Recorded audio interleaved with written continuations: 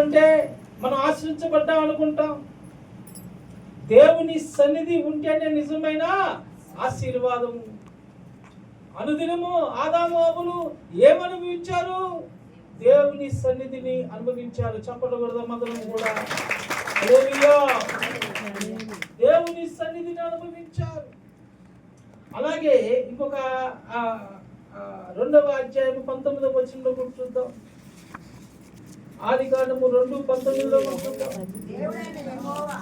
దేవుడైన యెహోవా ప్రతి భూ జంతువును ప్రతి ఆకాశ పక్షి నేల నుండి నిర్మించి ఆదాము వాటికి ఏ పేరు పెట్టినో సూచనకు అతని యొద్దకు వాటిని రప్పించెను. జీవము గల ప్రతి దానికి ఆదాము ఏ పేరు పెట్టినో ఆ పేరు దానికి కలిగెను. హల్లెలూయా. ఆదాము ఏం చేశాడండి కదా? పేర్లు పెట్టాడు. పక్షులకు, జంతువులకు ఏ పేర్లు పెట్టాడో ఆ పేర్లతో అవి పిలువబడ్డాయి. హల్లెలూయా. ఆ అధికారము కూడా దేవుడు ఆదాముకి ఇచ్చాడు. ఇంతటి ఆధిక్యతను ఇచ్చిన ఆదాము, ఇంతటి ఆశీర్వాదమును పొందుకున్న ఆదాము చివరికి ఏం చేశాడు చెప్పాలి? చివరికి ఏం చేశాడు చూద్దాం. ఆదికాండము 3వ అధ్యాయము 9 నుంచి. దేవుడేనా యెహోవా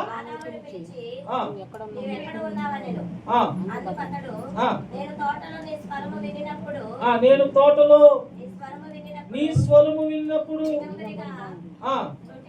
దిగంబరినిగా నుంటిని గనక భయపడి దాగుకుంటున్నాను. అందుకు ఆయన నీవు దిగంబరివని నీకు తెలిపిన వాడెవడు? నీవు తినకూడదని నేను నీకు ఆజ్ఞాపించిన వృక్ష ఫలములు తింటివా అని అడిగాను. చాలండి. ఇక్కడ చూడండి, దేవుడైన యెహోవా ఆదామును పిలిచి నీవు ఎక్కడ ఉన్నావనెను. ఆదాము ఎక్కడున్నావు? రోజు ధైర్యంతో ముందుకు వచ్చేవాడు ఇప్పుడు ఆదాము దేవుని ముందుకు రాలేకపోతున్నాడు. రోజు దేవునితో సహవాసములో ఉన్నవాడు ఆయన రాక కోసము ఎదురు చూచేవాడు. ఇప్పుడు ఆదాము దేవుని స్వరము వినవలసి వస్తుంది. ఆదాము ఎక్కడ ఉన్నావు ప్రశ్న. అప్పుడు అందుకతడు నేను తోటలో నీ స్వరము వినినప్పుడు దిగంబరినిగా నుంటిని గనక భయపడి దాగుకుంటున్నాను.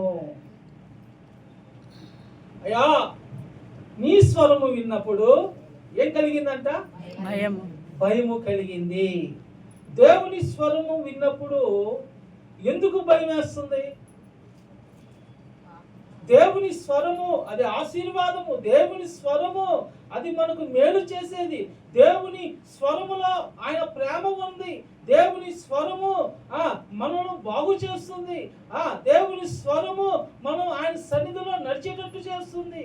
ఇప్పుడు నువ్వు దేవునికి ఏమైనా వ్యతిరేకంగా పాపము చేస్తే దేవుని స్వరం అంటే భయపడతావు. అవునా కదా? మనము ఏదైనా తప్పు చేస్తే అమ్మో తెలిసిపోయిద్దామోనని అనేక విషయాలు దాచిపెడతాం. ఎందుకు? తెలిసిపోతే ప్రాబ్లం వస్తుంది కనుక.